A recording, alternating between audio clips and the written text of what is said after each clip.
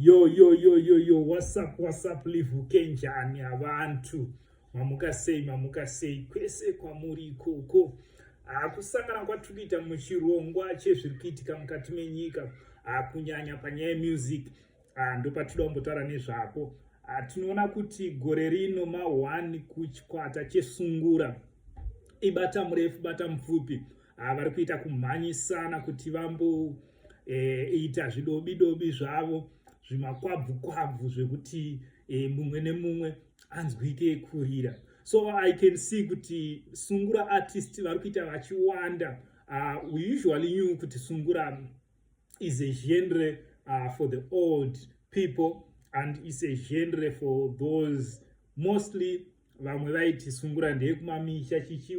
I still remember when I came to Harare, trying to keep up, we tuned on to listen to urban groups, what, but basically baba shero ndo vanga vari vedu tiri kumarusevha, and vakaramba tichingovateerera indoors, what sungura, natongai moyo dewa, kunyanya mushakabvu Leonard Dembo, haseni zvangu vanondiitira. But now we are seeing the entrance of other youngsters such as Ngwazi and his young brother Tendai Ngwazi, popularly known as Tindo Ngwazi and the Adequate Sounds, Romeo Gasa and Extra Valembe. I still remember pane pango pandikambosangana nemwe, I don't know kuti ari kuririra kupi, anonzi Obvious Mutani, in 2010. I still remember meeting that guy Tiger am same line. He was also a youngster. Then also we do have artists akaita sana Shambro Music, etc. So tine vakawanda vari kubudikira, vamwe vacho vasati vatomboita sei, vasati vatombozikana. There is also an artist akandibata kuinbox kwangu, ndichazomufollow wandomboona kuti anoita sei, but that guy also ndine 1 2 3 zvandikangomuudzawo kuti aite se agadzirise, but nevertheless aiwa sungura iri kuita se sungura iri kufairwa. So today nhasi ndikuda kumbotarisa pane nyaya yandasangana nayo panyaya yesungura ipapapo. I'm trying to search through papage rayudha, ndamboiona. Okay, ndasvika pahiri. So I'm taking from Ruben Yuda TV on Facebook. You can go on post yakaisa 3 days ago, Yuda, regandibva ndamfollow, and asingamfollow regandibva ndamfollow. Alright, so what we can see here, pana sungura artist anonzi Shamblo Music, uya handitomuziva, kutotanga kutoona nezvake papapo. So he is saying that kana mafans asati azvijaidza kuteerera vamwe vaimbi vesungura from vachiri kutanga kusvika kuvakuru, believe me, haina kwairi kuenda, as long as vachiri nementality yandinoona pano yekungosvora every artist iyi. I once met this upcoming artist wo akanga aundurwa akati ini zvemagitare ndaakusiya, ndikati aiwa usasiya, pane vanotokufarira, usatya kana wateya mariva murutsva, chirega kutya kusviba magaro. For example, mufesi uyu wekuenda America akandopiwa gold buzzer, they are referring to Jonas something, Jonas, I don't know the name, hanzi Jonas. Now he is making sense to everyone and everyone is proud of him now, but ndiye uya wamaiti zvimajokes zvake zvinobhowa. Just like Tuku and Mokomba, they got recognized locally after they made waves abroad. So like vemokomba vari kutaura vamwe vanhu vatombovaziva, but they make money internationally. Then listen, tinozoda munhu asimudzwa nevamwe, but paida support taimuisira pasi. Temba Gorimbo takazotanga kuziva nezvake nekuda kwaThe Rock. Zimbabwe is not fertile land for artists and talents. We have to change our mindset. Let's appreciate others, and just because you have your favorite doesn't mean that you have to hate vamwe vaimbi. Also, don't be timid, try new music, you are missing a lot. Alright, now guys, from what I've noted from this one, I want to give my own analysis, and ndoziva kune vanondituka mucomment section vanoita sei nditukei zvenyu, but I will be saying out what I think is what is currently happening. Saka ndoona kuti tine muimbi wesungura, who is the main actor musungura, Baba Aleck Macheso. We respect that guy. He's so creative. He's a good guitarist, a good bassist, a good lead guitar player, a good rhythmist, everything. He can dance also. That guy is so creative, and he has come to an age, but at the same time he is maintaining his playing.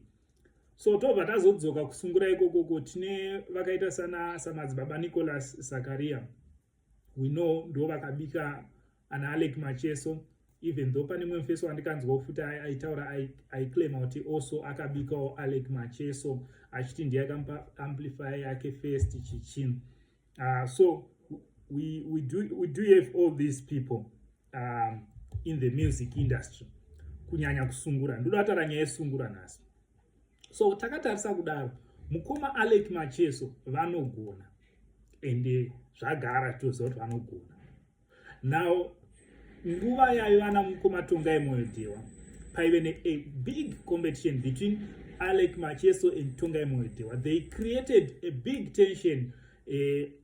All we know is mostly paive a competition, and also paitowanika a sort of tension. I don't know if that was real or that was stage managed, but paive nyaya dzaitendera dzakawanda about Tendai Moyodewa and Aleck Macheso. But at the end tozongoona kuti mukoma Aleck Macheso is even supportive up to now. Ari kuramba vachisapota chikomana Peter Moyodewa kunyangwe hacho chisinganyatsogona sungura to the standard yamudhara vacho. Then saka tiri kuona kuti pamaartist ese iwayaya mafans, why akutaura reason why Macheso will remain their great. Macheso became more innovative one. He created a sound of sungura which is more unique to other players. Saka tikatarisa isusu kuti Tendai Moyodewa, the way in which he was playing his sungura, we can liken it to the late Musoro Enyoka, Leonard Dembo. Saka zvakadaro, which means Dewa was not unique. That's why Dewa could not stand firmly the competition which was brought by Aleck Macheso, and he was trying by all means, yes, but he could not become the king of sungura. Although now doubt monoti why Dewa aizo offer zvake a better competition. Dewa offer a better competition because by his time hakuna mumwe munhu airidza music yakafanana neyaDewa. Waitonzwa sound ukanzwa kuti uyu ndiDewa, waitonzwa kuti ndiDewa ari kuimba.